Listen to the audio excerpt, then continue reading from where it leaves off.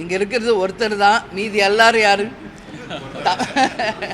இல்லை, நான் சொல்கிறேன், இவங்க இருக்கிற அத்தனை பேருமே முக்கிய பொறுப்பு தான். உங்கள் பார்வை அவங்க மேலே மட்டுமே இருக்குது.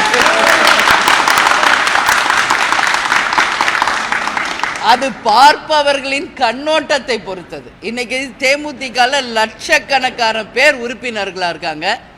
அதில் ஒருத்தர் என்னுடைய சகோதரர் சுதீஷ்.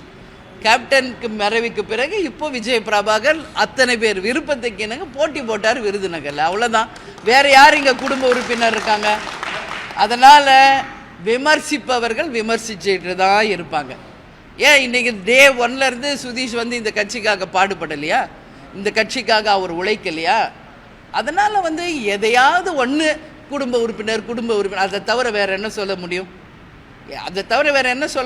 இன்றைக்கி லட்சக்கணக்கான உறுப்பினர்கள் நிர்வாகிகள் இருக்கின்ற இந்த கழகத்தில் த டே ஒன்லேருந்து இன்னைக்கு வரைக்கும் கேப்டனுக்கும் எங்கள் கழகத்துக்கும் எனக்கும் துணை நிற்பவர் சுதீஷ். ஏன் கொடுக்கக்கூடாதா?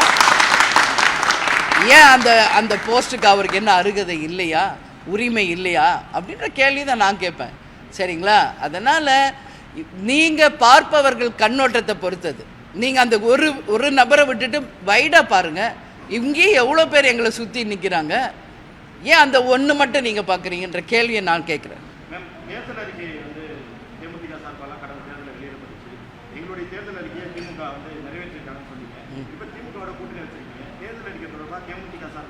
இல்லை, இன்னும் திமுக தேர்தல் அறிக்கை இன்னும் கொடுக்கலைங்க. இல்லை, நான் உங்களுக்கு சொல்கிறேன், தேர்தல் அறிக்கை அவங்களது வரட்டும், நாங்கள் சொல்லுவோம். அதற்கு பிறகு எங்களுக்கு என்று கிடைக்கின்ற தொகுதிகள் இருக்குல்ல, அந்த தொகுதிகளில் நிச்சயமாக அந்தந்த கேண்டிடேட் யாரோ அவங்க தொகுதிக்கு உரியது, அந்த மக்களுக்கும் அந்த தொகுதிக்கும் உரிய வேண்டியதை நிச்சயமாக எங்கள் தலைமையில் இருப்பவர் அண்ணன் ஸ்டாலின்ட்ட நிச்சயம் கேட்போம். அது அந்த தேர்தல் அறிக்கையிலையும் வரும். எங்களுடைய பிரச்சாரமே அதை பேஸ் பண்ணி தான் இருக்கும்.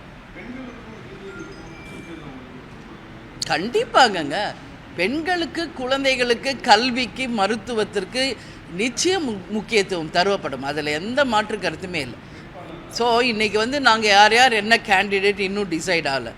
அந்த கேண்டிடேட்டு அந்த தொகுதிக்கு என்னெல்லாம் தேவை இருக்குது, முக்கியமாக அந்த தொகுதிக்கு என்ன கவர்மெண்ட் செய்யணும், இதுதான் தேர்தல் அறிக்கையாக இருக்கும்.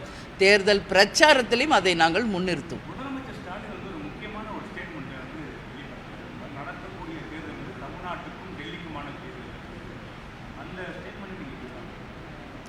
அதுதானே ஏன்னா இது என்டிஏ வெர்சஸ் இந்தியா கூட்டணி அப்படின்னு நம்ம இருந்தாலும் இன்றைக்கி காங்கிரஸ் கட்சியிலேயே இருப்பவங்க என்ன சொல்கிறாங்க, திமுகவிலான தலைமைன்னு தான் காங்கிரஸ் கட்சியில் இருக்கிறவங்களே சொல்கிறாங்க.